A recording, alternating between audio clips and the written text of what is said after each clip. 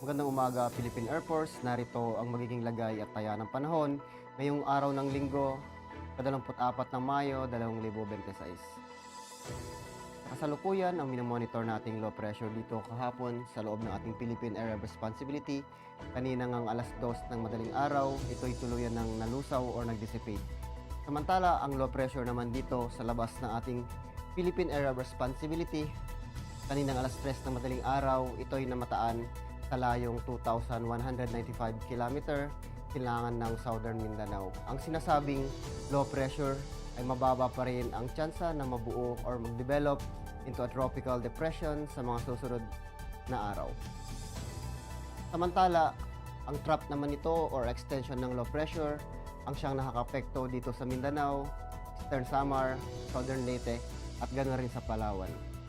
Samantala, easterlies naman or mainit na hangin na nagbumula dagat Pasipiko naman ang nakaapekto dito sa may Southern Luzon, particular na dito sa Bicol at Aurora. Samantala, localized thunderstorm naman ang nakakapekto sa Metro Manila at laming bahagi ng ating bansa.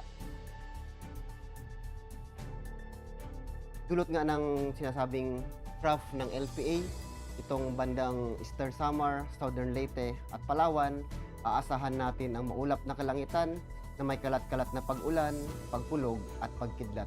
Samantala, ang Metro Manila na labing bahagi ng ating Luzon, ganoon na rin ang Visayas, inaasahan pa rin natin ang mainit na panahon, bahagyang maulap hanggang sa maulap na kalangitan, may mga posibilidad na pulo-pulong pag-ulan, pagpulog at pagkidlat. Dito naman sa Dakong Mindanao, inaasahan pa rin natin ang maulap na kalangitan na may kalat-kalat na pag-ulan, pagpulog at pagkidlat dulot ngayon ng trough ng LPA. Para sa flight level wind chart, dito sa 2,500, ganoon rin sa 5,000 feet, inaasahan pa rin natin ang bahagyang malakas na hangin hanggang sa malakas na hangin na umaabot ng 20 knots na nagmumula sa may silangan. Pagdating naman dito sa 10,000 feet, ganoon rin sa 18,000 feet, dominante pa rin ang malakas na hangin na nagmumula sa may silangan.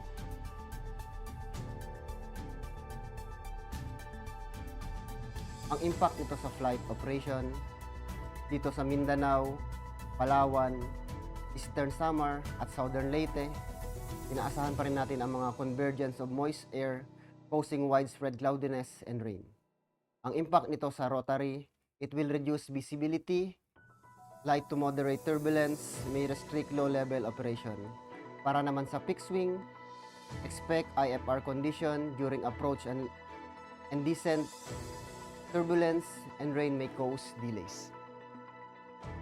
Dito naman sa Bicol region at Quezon, aasahan pa rin natin ang warm and humid air from Pacific enhancing convective activity. Ang impact nito sa rotary, localized thunderstorm and light turbulence may brief affect operation, especially inland in the afternoon. Pagdating naman sa fixed wing, aasahan natin ang generally fair weather with possible isolated sea breeze causing short-term delays or turbulence. Sa Metro Manila at laming bahagi ng ating bansa, dulot ng mga localized thunderstorm, aasahan natin ang afternoon convective development producing gust fronts and heavy rains. Ang impact nito sa rotary, downbursts, strong gusts, and reduced visibility that may pose significant hazard to avoid flight in sea breeze activity. Para sa fixed wing, inaasahan natin ang mga severe turbulence and wind shear likely during arrival or departure phase. Ang aircraft may experience temporary delays or sequence of diversions. Ang araw ay sumikat kaninang 0527 at lulubog ito mamayang 1819.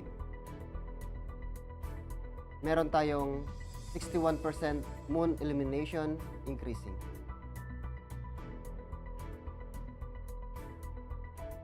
Yan lamang po ang weather update ngayong umaga in behalf of our commanding officer, Colonel Alvin John Cugador, PAP GSC. Ako po si Technical Sergeant Bautista, Weather Broadcaster ng Air Force Weather Center. Muli, magandang umaga, Philippine Air Force.